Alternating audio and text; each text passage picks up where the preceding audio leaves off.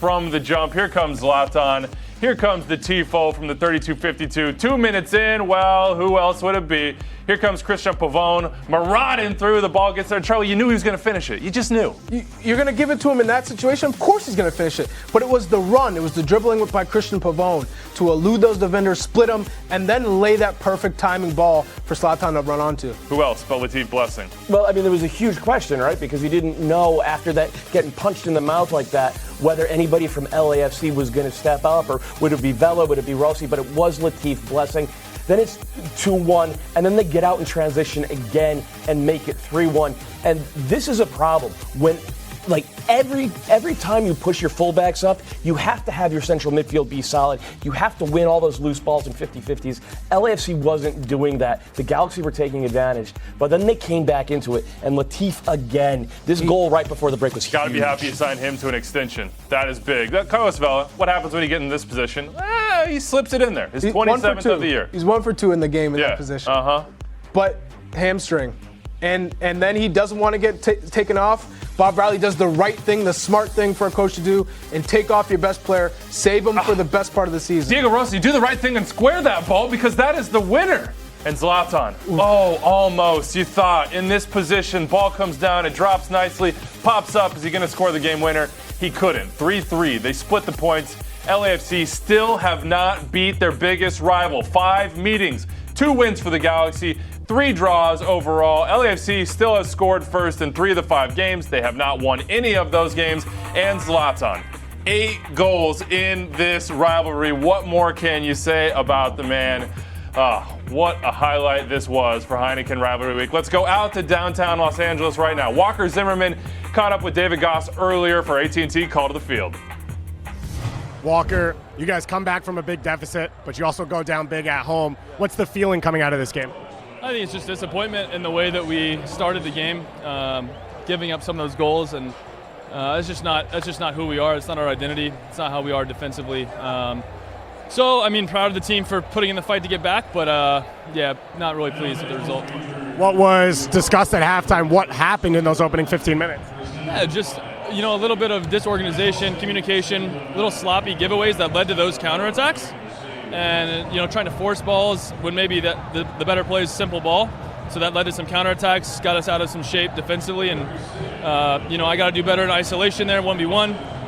I think guys just need to be accountable with some of the movements defensively. And, but then coming back in the second half, I thought, defensively we were terrific. Really good job. I don't know how many shots they had in the second half. Couldn't have been many. But we were stepping up. We were aggressive. We were winning battles and duels. And that's what we should have had from the opening whistle. You see your captain, Vela, go out not very often. What did that do emotionally to the group? It was good for Brian. Good for Brian to get his exposure in a big game. He was aggressive 1v1. Tried to beat his defenders and get some balls across, had a few shots. So that was encouraging. I'm sure Carlos, he's a guy who wants to be in there the whole game. We'll see what's going on with him. But, good effort.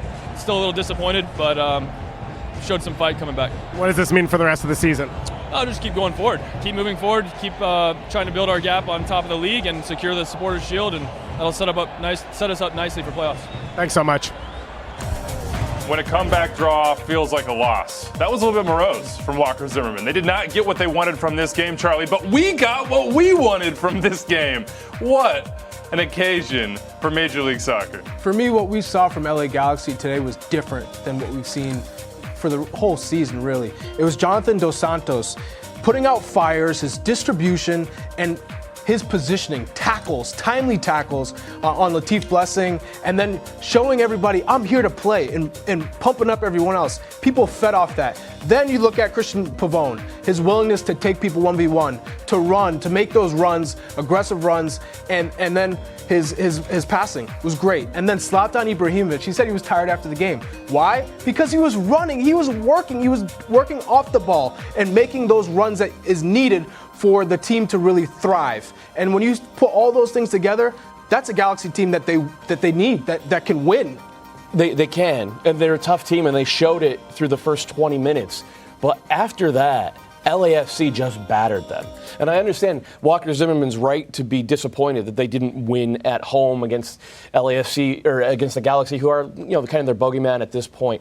But if you're a Galaxy fan, you have to look at that and say, we gave up 3. We were lucky not to give up 6. Because if Diego Rossi squares that, or if Brian Rodriguez is able to keep one of his shots down, like if you look at the shot, it was, I think, 28-9. The Galaxy got outshot. So they got out there, and you're right, the first 20 minutes they put LAFC under a ton of pressure by winning those 50-50s. But as soon as LAFC came back in there and Atuesta started showing up, and Marc-Anthony Kaye didn't come out of the locker room until there was 20 minutes gone in the game. As soon as he got on the field, really, like it started to be one-way traffic. Galaxy were holding on for dear life.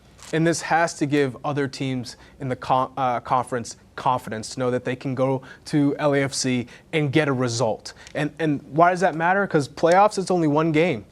All it takes is one performance like RSL last year, Galaxy this year, and LAFC are out. So this magical season can be gone like this. It can, but you kind of need Zlatan to get that kind of result. Only one team has Zlatan. Christian Buffon is a nice addition for the Galaxy as well. There is one little issue from this game for both neutrals and LAFC fans, and that is after 61 minutes, that man, Carlos Vela, the best player in Major League Soccer right now, number 27 for him. By the way, that would have tied a goal-scoring record single season. Oh, just last year.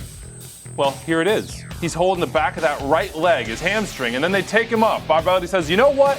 We got to be safe with this one, Charlie. And they pull him, and he's not happy about it. One thing that I know about hamstring injuries is that the lower it is on your leg, closer to your knee, the better it is, the quicker recovery time that you'll have. So that was a good sign for me is he still could play after, which signifies that it's not that serious. It's a strain, but it's a very light and mild strain if it is the hamstring. Now, for Bob Bradley, it was the best decision. It was smart. No matter how much a player wants to stay on the field, because I've been there when you're like, I can still do it, but am I taking a risk? Yes.